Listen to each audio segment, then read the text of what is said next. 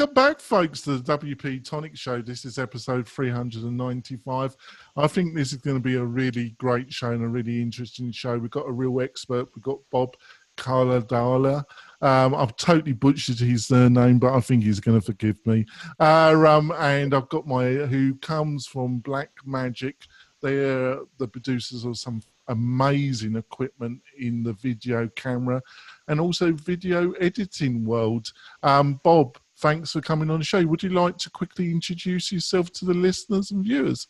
Yeah, sure. Hi, I'm Bob Caniglia. I'm the Director of Sales Operations for Blackmagic. I actually came to Blackmagic almost 10 years ago from DaVinci. So during that acquisition, as I always say, that I was the youngest guy in sales at DaVinci and became the oldest guy at Blackmagic overnight. But, you still look young. Well, thanks. I try. But yeah, 10 years later, here we are, and they've made several acquisitions since, but we've got lots of toys now for everybody. Oh, that's what I'm looking for, discussing all the toys, Bob. And I've got my great co-host, Cindy. Like to introduce yourself, Cindy? Sure. Thanks, Jonathan. Hi, everyone. Cindy Nicholson here from thecoursewhisperer.com, and I help people who are looking for some additional help on creating their online courses. Yep, and we're going to be discussing cameras, video editing. If you're into producing courses, what kind of beginning rig you should look at, and as you progress in your business, what other equipment you should be looking at to upgrade your processes. But before we get into this great discussion, I just want to mention my great main sponsors, and that's Kinsta Hosting. And what does Kinsta Hosting? Kinsta Hosting only specialise in WordPress hosting, and they do a superb job. So if you've got a course or you've got e-commerce or anything that needs really better hosting, Kinsta are the people that you should be looking at. They've been sponsoring the show for almost 2 years now. They're our major sponsor. They're just great people and they have a great interface. And the main thing, folks, is they provide excellent 24/7 support. So if there is a problem with your hosting, you have true experts to talk to. I cannot recommend them more. They host the WP-Tonic website and I've been totally happy with them.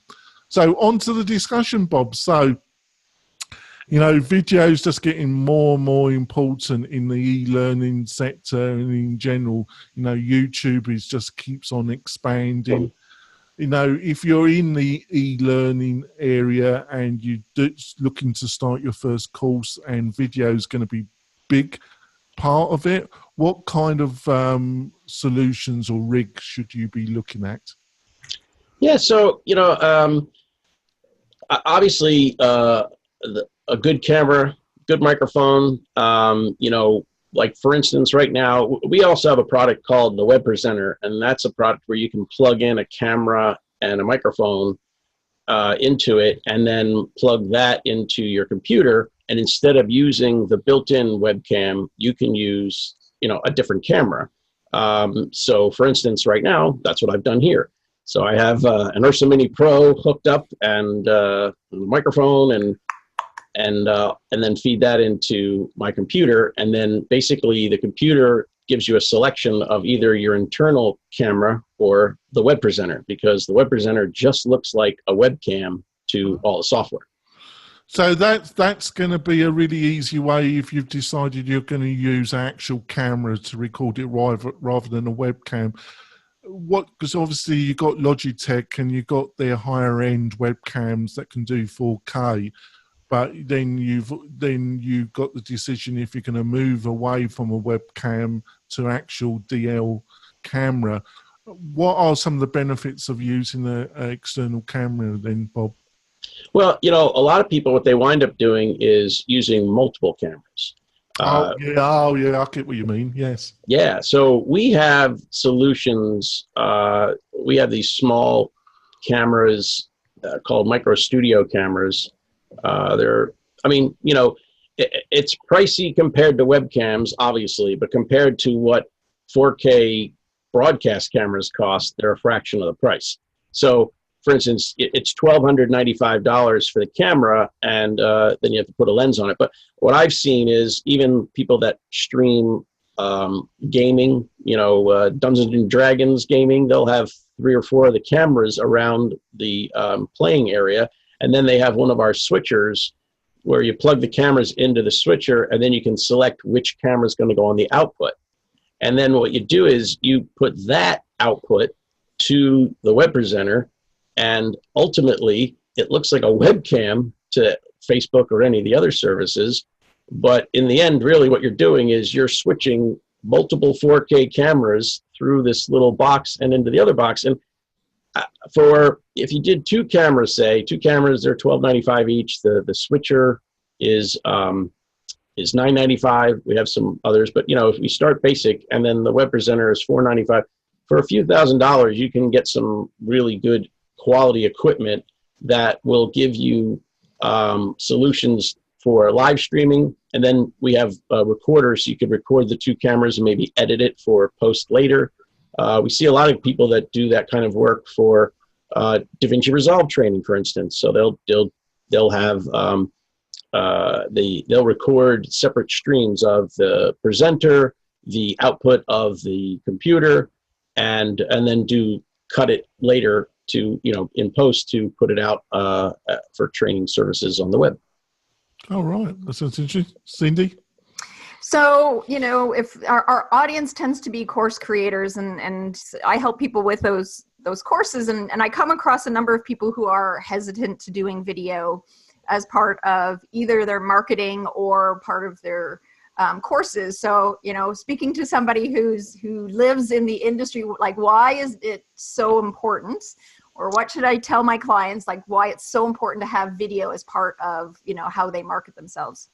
Well, what I think is interesting, I mean, today, if somebody says, I need to learn how to, pick anything, change a faucet, right? What's the first thing they do? They Google that, they go to YouTube, they watch the video, right? Now, if they Googled it and all they could find was a list of instructions, would they do it? No, they wouldn't do it. If we think about our daily lives, we look at video all day long, whether it's on television or online or whatever, in our own daily use, let alone in our business use. So when you're able to present, I started making commercials back in the 80s when you had to shoot on 3/4-inch tape and they looked terrible. And we used to make those low budget commercials for the Chevy dealers and all those kind of places. And the quality of the cameras then were just terrible. You either shot film, which was expensive and only done really for national commercials, or you shot video and it looked like bad video. Today, we have a camera that's $12.95 that will shoot 4K on an SD card, and the stuff looks better than half the movies that are out there. So that kind of quality level is right away. So that way people aren't judging you by the camera you used. They're then judging you by the content you provide, and that's what that's what they're doing. They're creating good content.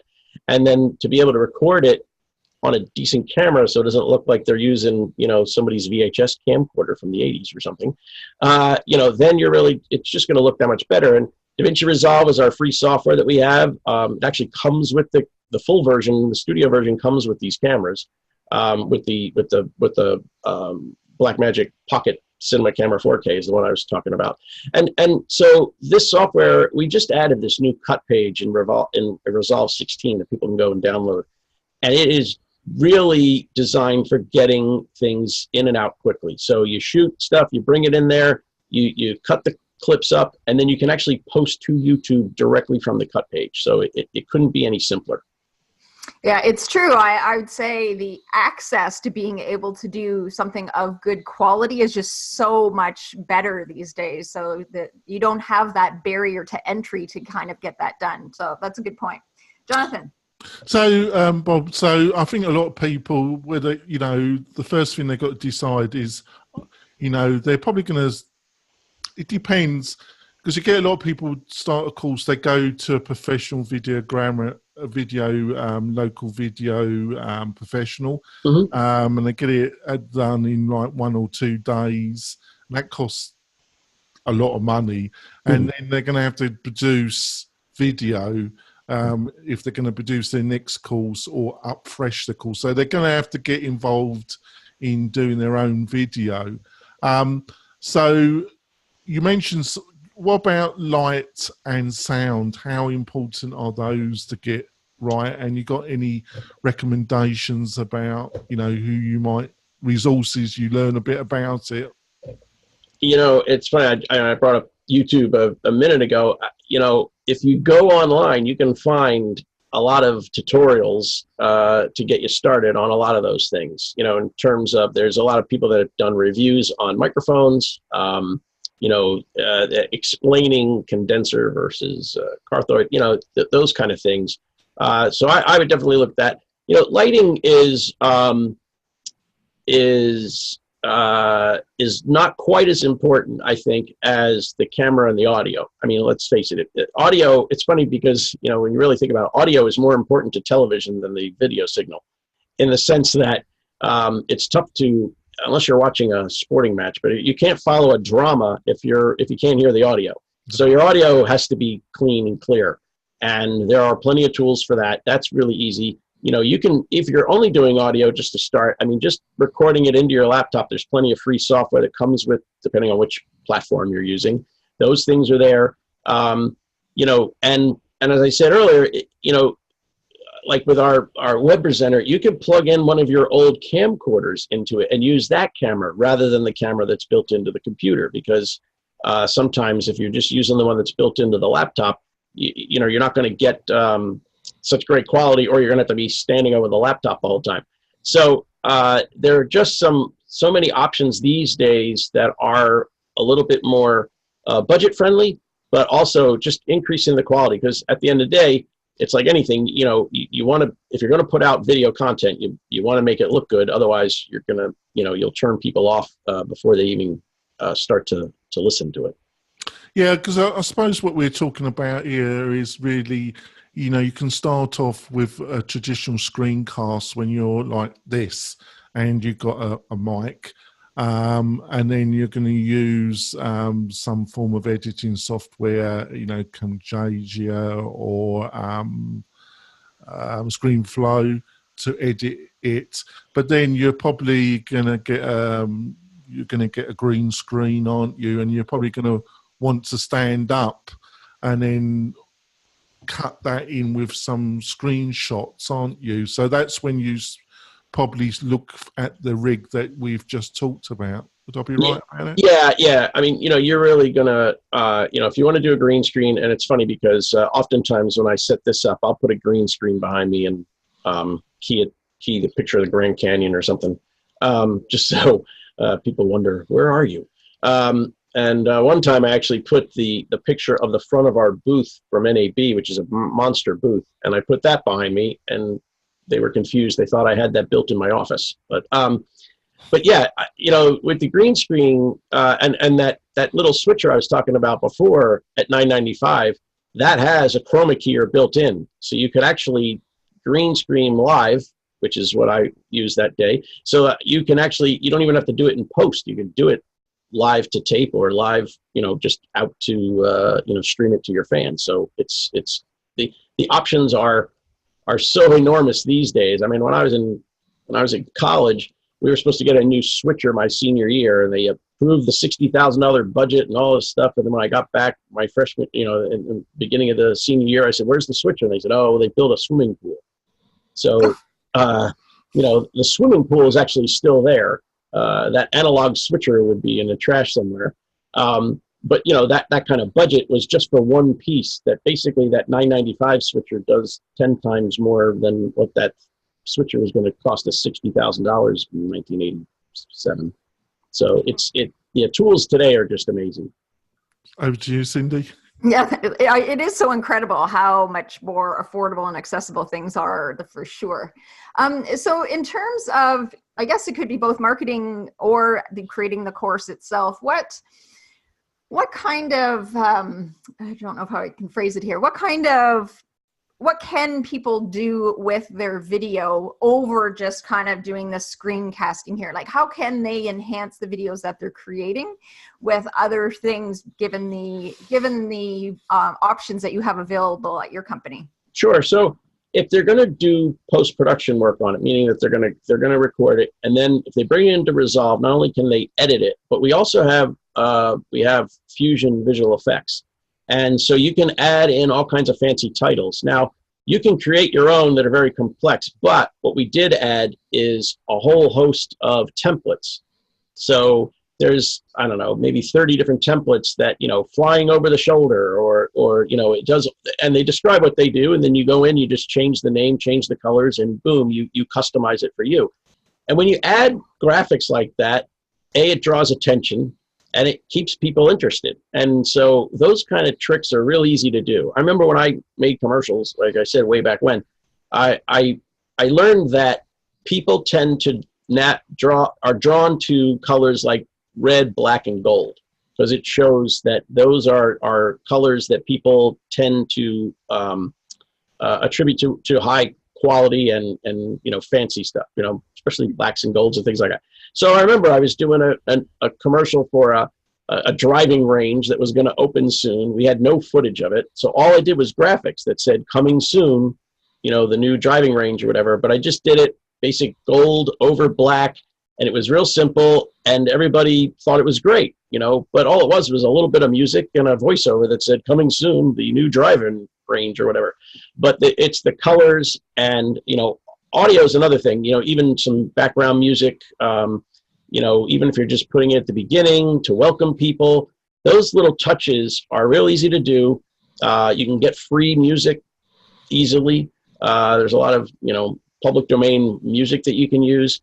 And when you add those kind of things, they're really easy to do and resolve. And it's just, you're polishing up your whole course. And, you know, by adding the graphics, you can tell people where to find you, you know, and, you know, all your Facebook and Twitter and all those kind of accounts. Yeah, no, it's true. It may look hard to do, but with again, the software nowadays, it is pretty easy to add those finishing touches to make it look more polished for sure. And if you Google any question, you'll find the answer. Yeah, that's true. Right, we're going to go for our break. We'll be back in a few moments, folks, and we'll be delving some more into this fascinating world of video production, editing, to build up a real online course business. We'll be back in a few moments, folks. We're coming back. We've been delving with Bob and Blackmagic.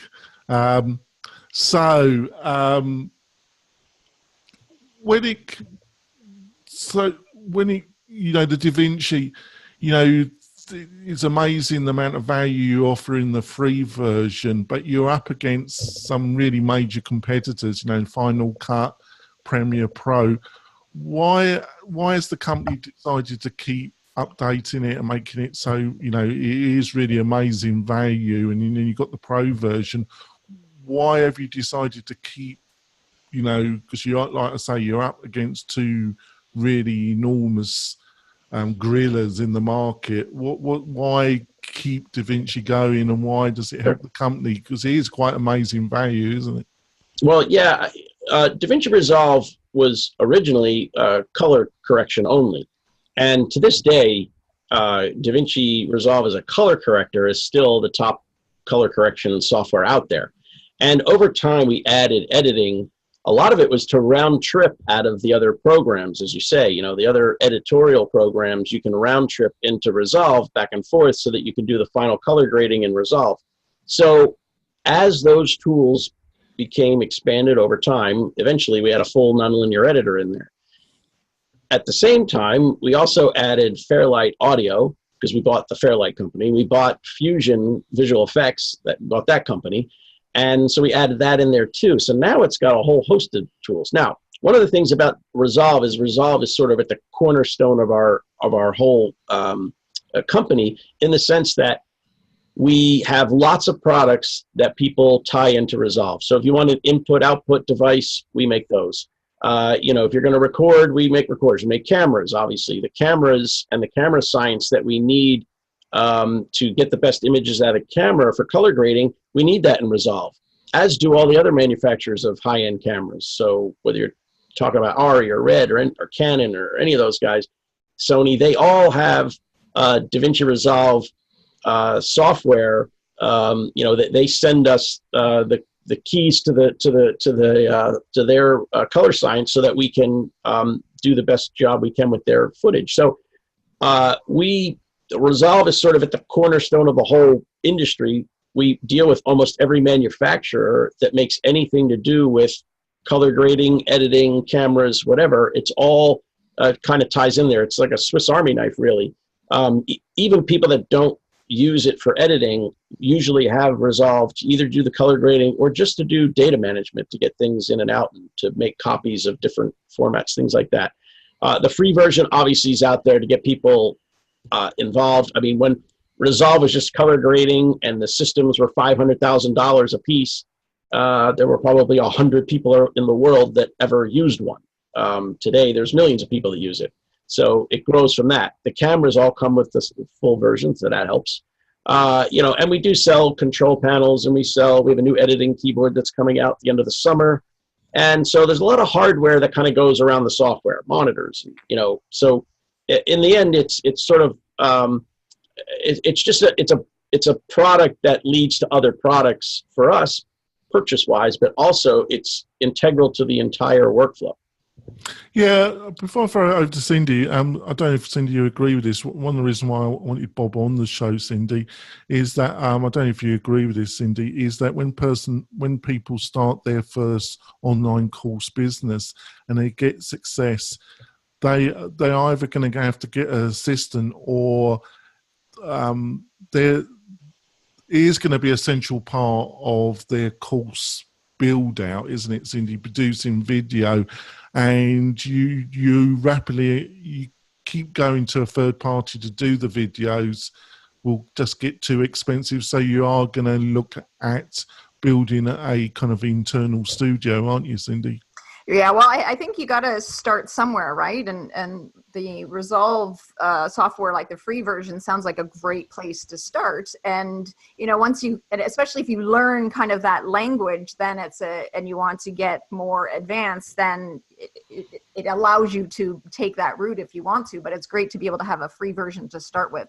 And I always, you know, if you eventually outsource things, I always still think it's important to learn how to do the stuff yourself at first. And then, you know, you can get help later, but so the free version is really a great place to start for that, to get familiarity and to just be able to do some things for easily.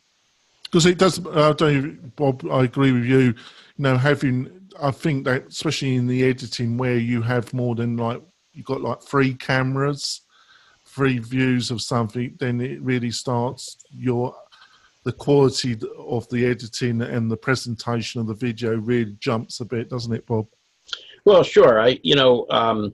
Especially when you're trying to show people something physically, you know, what you're doing operationally, they want to see it from different angles so they can recreate it. So like, for instance, when people do training for Resolve, or we've done some training videos that we publish on Resolve, and, you know, it'll change between a screenshot, you know, the shot of the actual GUI, and then also the person talking or the person selecting keys or typing in numbers or whatever it is. But, you know, we have to change between a couple different angles so that people get a full immersive feel for what is actually going on. Because otherwise, sometimes you just stare at a screen and say, yeah, but how are they doing this? Where are they on the control panel? Those kind of things. Over to you, Cindy. It's funny, I was doing some work around the house today and had to go to YouTube to find out how to do it. And so being a consumer of content like that, you realize how important it is to get all of the angles. You don't screw anything up. So I definitely appreciate that. Okay, so it sounds like you've been in the industry for a little while then, Bob. Can you tell us about the evolution of video and kind of where you see video creation for, you know, the online world, where it might be going?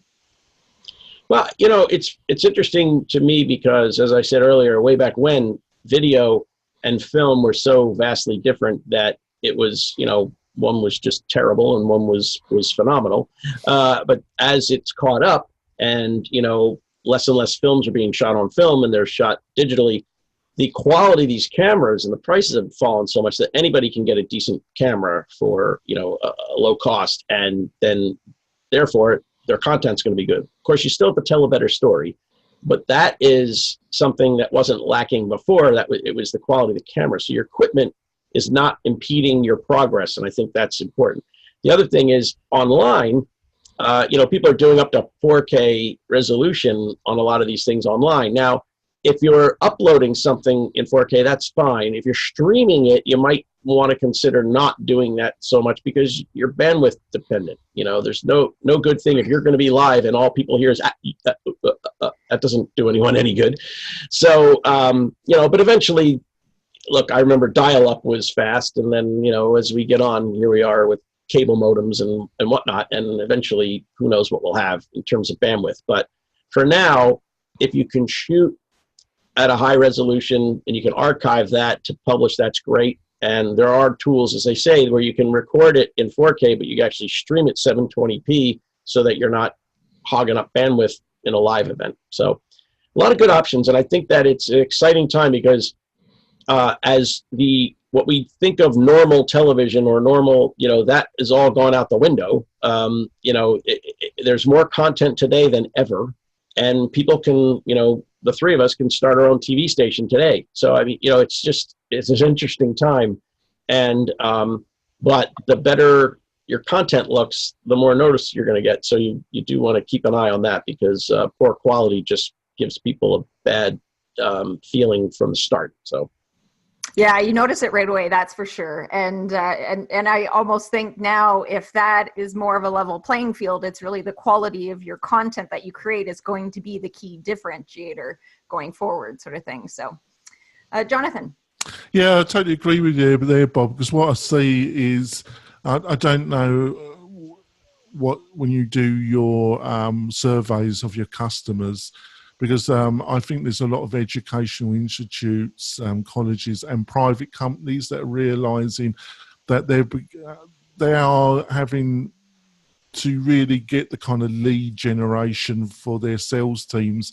They have to become an inbound marketer online, and video and churning out a lot of video about their products, their services, is a way that they can produce content that will attract inbound leads, which then they can give to their sales teams. Is this something you're finding increasingly? A lot of companies are realizing they're going to have to become a kind of content producers.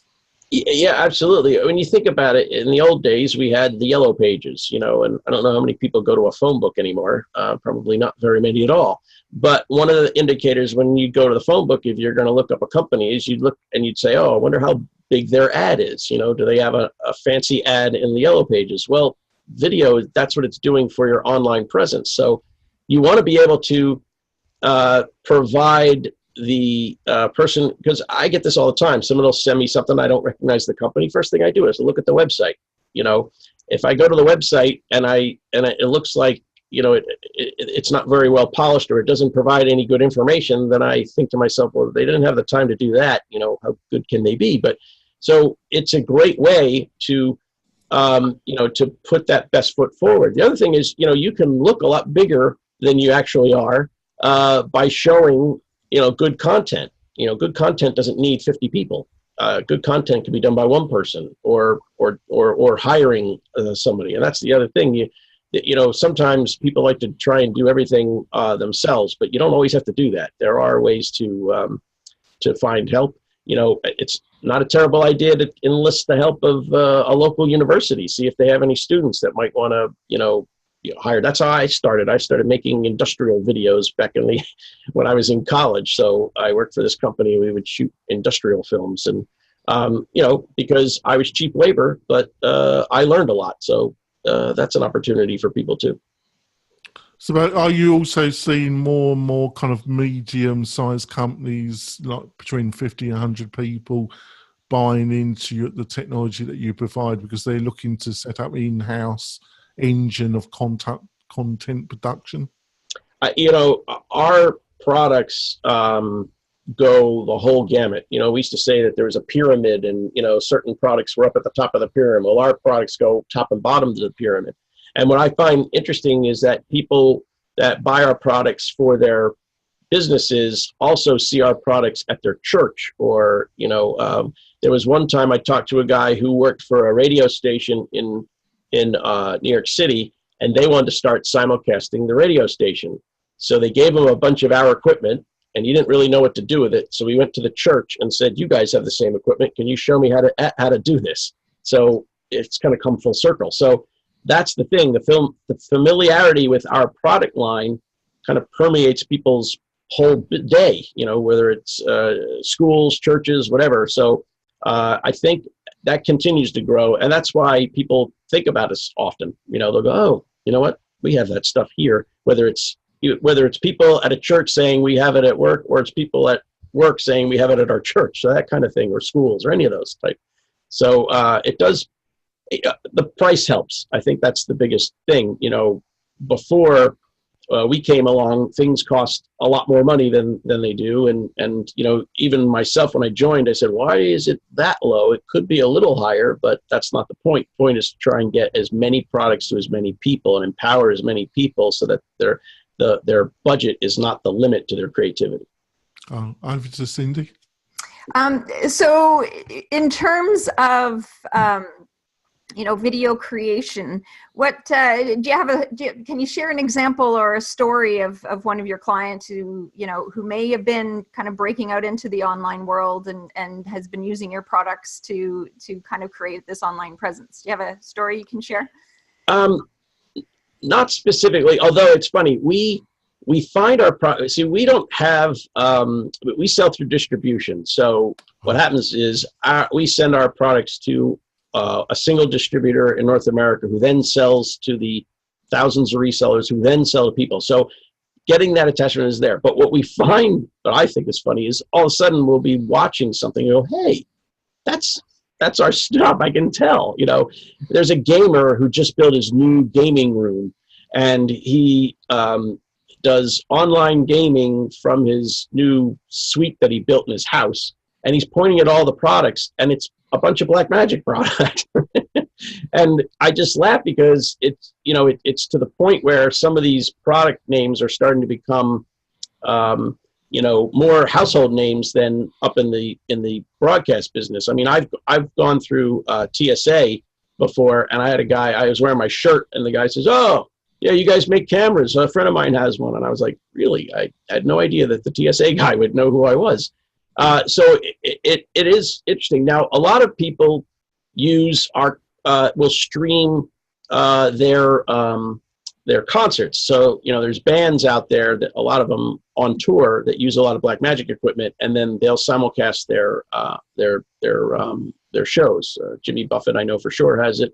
And that's kind of interesting to me. But more and more, what it is we've enabled people with a lot of the different pieces that we have to be able to get such good content at a fairly low price. And it's also enabled some of the content producers that you guys were mentioning earlier, where people go to them. So I've run into some studios, and they'll say, oh yeah, well, we have 3 or 4 different studios. We have different products of yours, depending on which one it is. If it's a multi-camera shoot, we have this many. If it's a single camera, we have this room.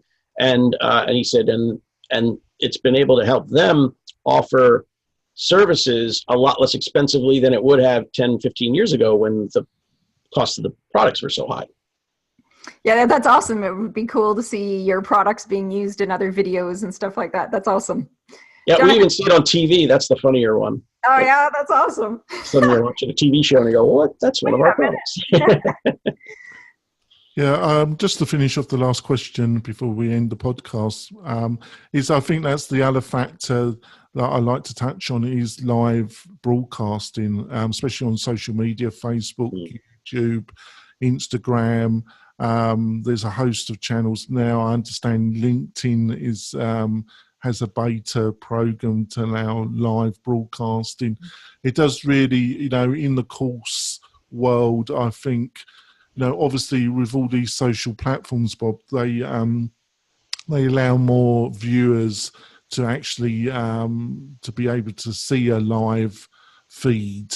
It's a great way of publicizing a course to a new audience and promoting it. So would you agree with that? And also, are you seeing more and more interest in live feeds, basically?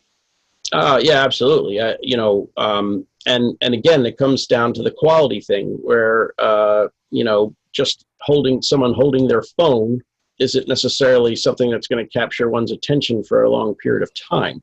Whereas if it was a proper shoot with a couple of cameras and you switched around to see different things, I think that'll work. I actually have a podcast schedule coming up where they want me to do a demo of our products during the podcast.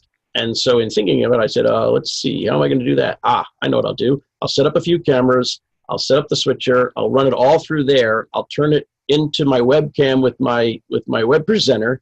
And basically, they'll get to see every change that I make. And, it'll be basically me doing a live demo for their stream. And why I never thought of that. I don't know yet. When you come back, so we're going to have to demand that from you. We'll do that.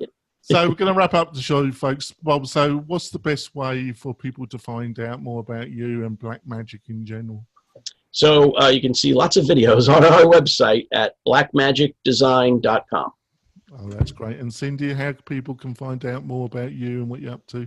They can visit thecoursewhisperer.com or come connect with me on LinkedIn. And folks, if you want a free consultation, you got fed up with Kajabi, Teachable, the frustrations, the limitations, and you want to expand your business to the next level, you go to the WP-Tonic website and you can have a free chat with me and we can put you on the right road. We'll be back next week with another fantastic guest interview, giving you more knowledge so you can be more successful as an e-learning entrepreneur. We'll be back soon, folks. Bye.